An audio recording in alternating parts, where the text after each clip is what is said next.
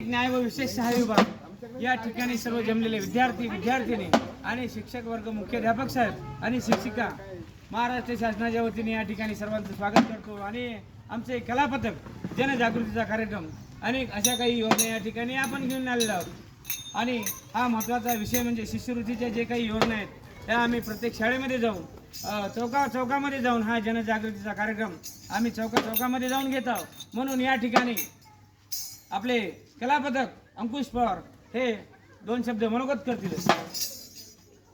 सर्वप्रथम अभिवादन त्या महामानवाला ज्यांनी संविधान लिहिलं आणि बाटलेला विखुरलेला समाज एकत्र आला अशा बाबासाहेबांना अभिवादन करून, त्याचसोबत दिल्लीच्या पातशाहीला ज्यांनी सवयी पळ करून सोडलं आणि हिंदू स्वराज्य स्थापन केलं अशा छत्रपती शिवाजी महाराजांना मानाचा मुजरा।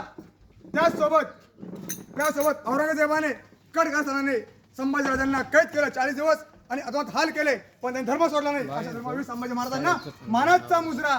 आणि त्यासोबत पुण्याच्या भिडेंच्या वाड्यामध्ये मुलींसाठी परिषद सुरू केली, त्यामध्ये महात्मा ज्योतिबा फुले आणि सावित्रीबाई फुले यांना अभिवादन करून मी माझ्या प्रश्नाला सुरुवात करतो। तर मुलांनो, माझा प्रश्न पडला असेल हे लोक कोण, कुठनं आली आणि कशासाठी आली? तर आमचं कलापथक आहे यवतमाळचं परमार्थ आमचे ग्रुप यवतमाळ। आपल्यासोबत एक गुणाला सुंदर असं पथनाट्य आणि पथनाट्य सर्वांनी बघायचं आहे, ध्यानात ठेवायचं आहे। काय सरकारी योजना आहेत त्या आम्ही आपल्या या शाळेमध्ये घेऊन आलोय। त्यातली पहिली योजना आहे ती म्हणजे भारत सरकार शिष्यवृत्ती मॅट्रिक पूर्व आणि मॅट्रिक उत्तर। मॅट्रिक पूर्व म्हणजे 4थी, 5वी, 6वी आणि 7वीच्या मुलांसाठी ही योजना लागू आहे। सध्या सरकार यावरती काम चालू करते। त्यासोबत दुसरी योजना आहे ती म्हणजे भारत सरकार शिष्यवृत्ती मॅट्रिक उत्तर, म्हणजे जेव्हा तुम्ही 11वीला जाता, कॉलेजमध्ये जाता, तिथं तुम्हाला ही स्कॉलरशिपची सुविधा आपल्या सरकारने केली आहे। त्यासोबत छत्रपती शाहू महाराज शिष्यवृत्ती ही योजना मुलं आणि मुलींसाठी एक समान आहे। आज प्रत्येक तळागाळातले मुलं शाळा शिकतात। अण्णाभाऊ साठे म्हणतात की ही धरती शेष नागाच्या मस्तकावर तरली नसून काम करणाऱ्या कष्ट करणाऱ्या मायबाबांच्या हातावर तरली आहे।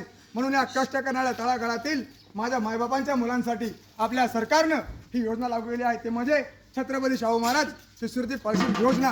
अण्णाभाऊ साठे त्यासोबत म्हणतात की शिका, कारण शिक्षण हा समाजाचा आत्मा आहे आणि आपल्याला आत्मा जिवंत ठेवायचा असेल तर सर्वांनी शिक्षण हे पूर्ण केलं पाहिजे।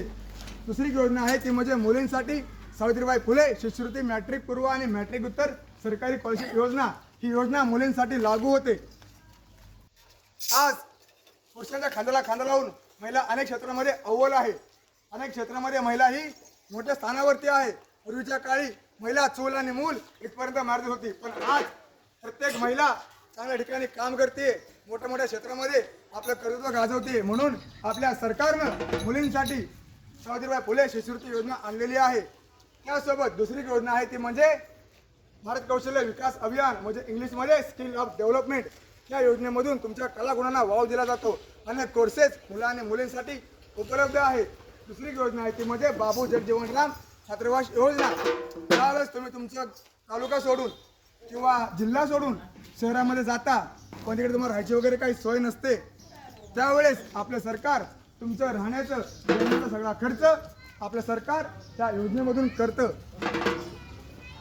त्यासोबत जर तुम्हाला परदेशामध्ये शिक्षण पूर्ण करायचं असेल तर डॉक्टर बाबासाहेब आंबेडकर परदेशी स्कॉलरशिप योजना सध्या सरकारने लागू केलेली आहे।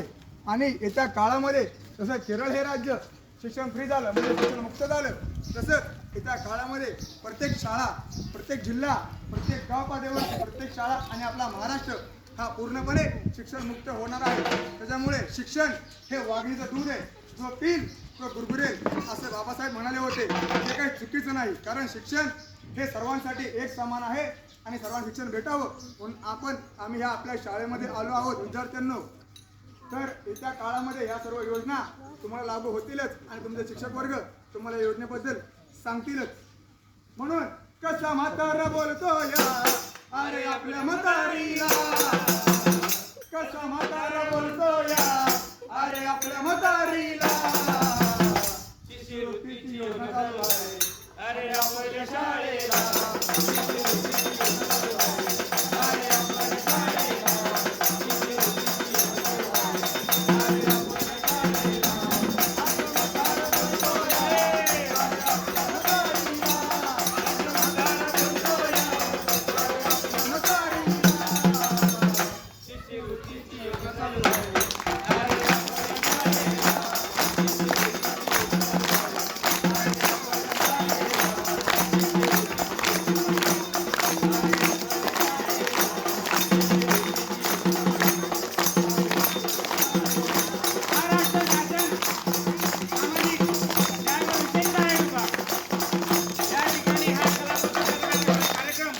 ठिकाणी आपण घेऊन आलेलो आहोत. म्हणून या ठिकाणी बसलेले सर्व शिक्षक, मुख्याध्यापक साहेब आणि शिक्षिका आणि शाळेचे विद्यार्थी थोडंसं ऊन बी वाढत आहे तरी बी मुलं कार्यक्रमाला खूप आनंद घेत आहे.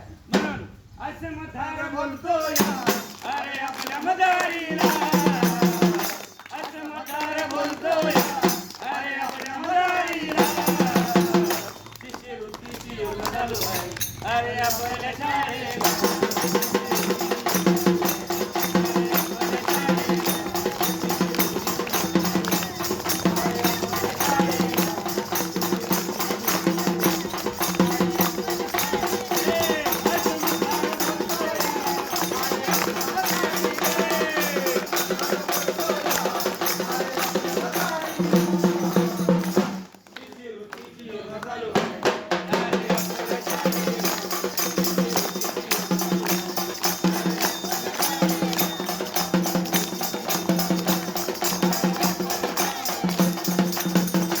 प्रश्न पडला असेल योजना कोणासाठी आहे, तर अनुसूचित जाती, जमाती, भटक्या जमाती त्यासोबत प्रबुद्ध यांच्यासाठी ही योजना चालू आहे.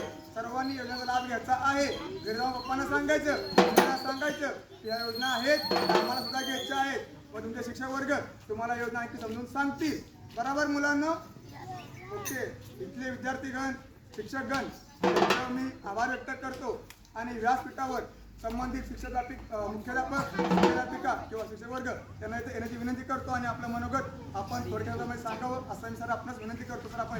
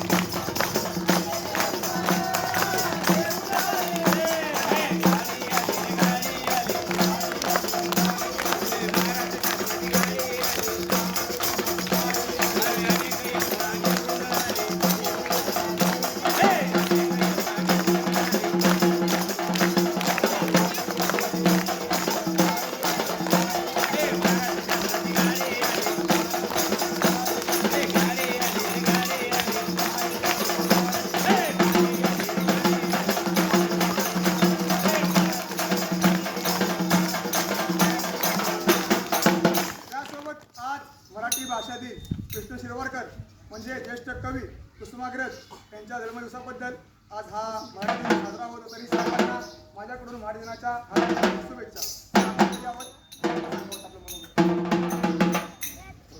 महाराष्ट्र शासन सामाजिक न्याय व विशेष सहाय्य विभाग अनुसूचित जाती व नवबोधांचा विकास विशेष घटकांचा. तर यामध्ये आपल्या शाळेत यवतमाळहून जे कला पथक आलं आहे त्यांनी आपल्या गायनाच्या माध्यमातून आणि वाद्याच्या माध्यमातून आपल्याला शासनाच्या विविध योजनांची माहिती दिली आणि त्याचबरोबर आपलं मनोरंजन पण झालं आणि आपल्याला रोजच्या दैनंदिन जो आपलं शिकवण्याचं कामकाज असतं त्याच्यामध्ये थोडासा बदल झाला आणि मुलांनाही त्यामध्ये खूप आनंद वाटला आणि आम्हालाही खूप आनंद वाटला. आमच्या शाळेमध्ये तुम्ही भेट दिल्याबद्दल मी आपलं सर्वांचं अभिनंदन करतो आणि आमच्या शाळेच्या वतीनं आपले आभार व्यक्त करतो.